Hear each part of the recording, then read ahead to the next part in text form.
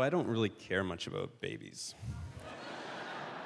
I've never had a baby. I don't have plans to have a baby. And I don't really know where babies come from.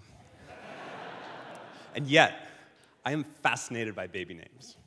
And it's because the government keeps track of the top 1,000 girls and boys' names birth data all the way back to 1880. And now, interesting things happen when you analyze this data. Certain patterns come out, and you find things like every year of a presidential election, you'll see a spike in babies named after that president. Here we can see the spikes of when Grover Cleveland was elected, lost the election the next time, and won again. But it's not just first names. Last names become first names, as in the case of Theodore Roosevelt, became a first name. Same with Taft, and same with Kennedy. And this pattern goes from the 1880s all the way up until '69, when Richard Nixon, for the first time, did not cause a spike. And ever since Richard Nixon, there have been no presidential spikes. Now, I don't know why, but if we take a look at Benjamin Harrison, we see the presidential spike in the late 1880s, and it declines. But something interesting happens in 1978.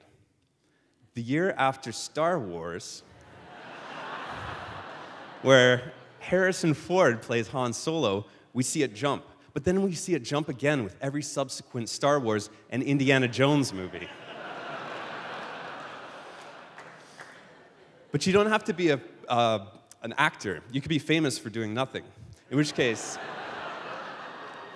we see Paris Hilton inspired many Americans to birth Parisians in the early 2000s. But you don't have to be a real person. If you look at Dexter, 2006 that show came out, and somehow that inspired many people. Or if we take a look at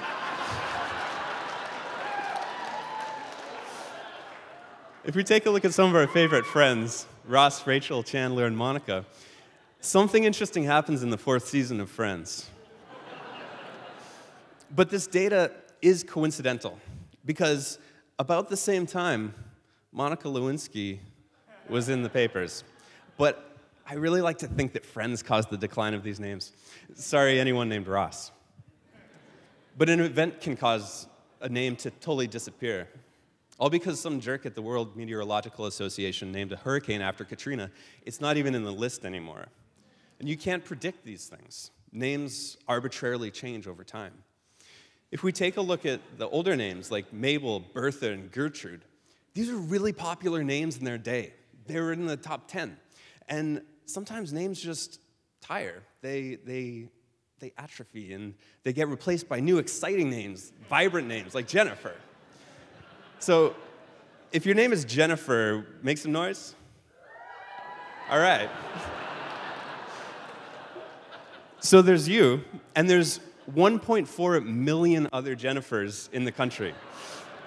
That's more than the population of Hawaii.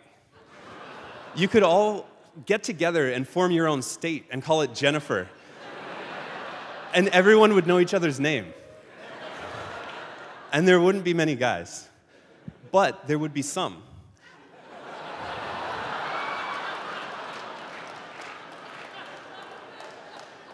Underneath every major name arc, there's an arc of the opposite sex with the same name. And I thought this was bad data, maybe it was faulty, but I then met a woman named Michael, and I'm convinced that there are men named Jennifer out there. But the interesting thing about it is Jennifer is in decline. It's not in the top 100 anymore. And I wonder if it might be the Mabel of the future, where it's replaced by youthful, vibrant names like Hazel, Olive, and Elsie, which were in the same league as Mabel and everyone else, but they came back. And so everyone has a name, and every single name has a story. And that story is in the data. And when you visualize and analyze data, you can find incredible stories, regardless of whether or not you're interested in the content. And if you go to everyonehasaname.com, you can see the names I showed, plus 7,000 others, and find the story in your names. Thank you.